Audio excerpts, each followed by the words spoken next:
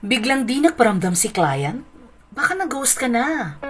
Client ghosting happens when a prospect disappears into thin air after the proposal, discovery call, or interview stage. And it can also happen mid-project when you've already invested time, effort, and resources.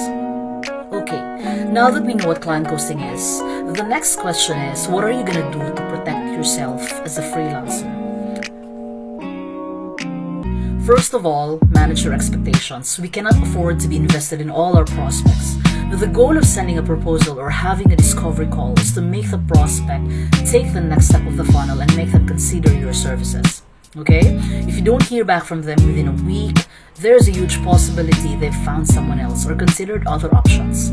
Kung hindi sila mag-respond, don't take it personally. Secondly, don't do any work without a contract, more so without upfront payment, okay?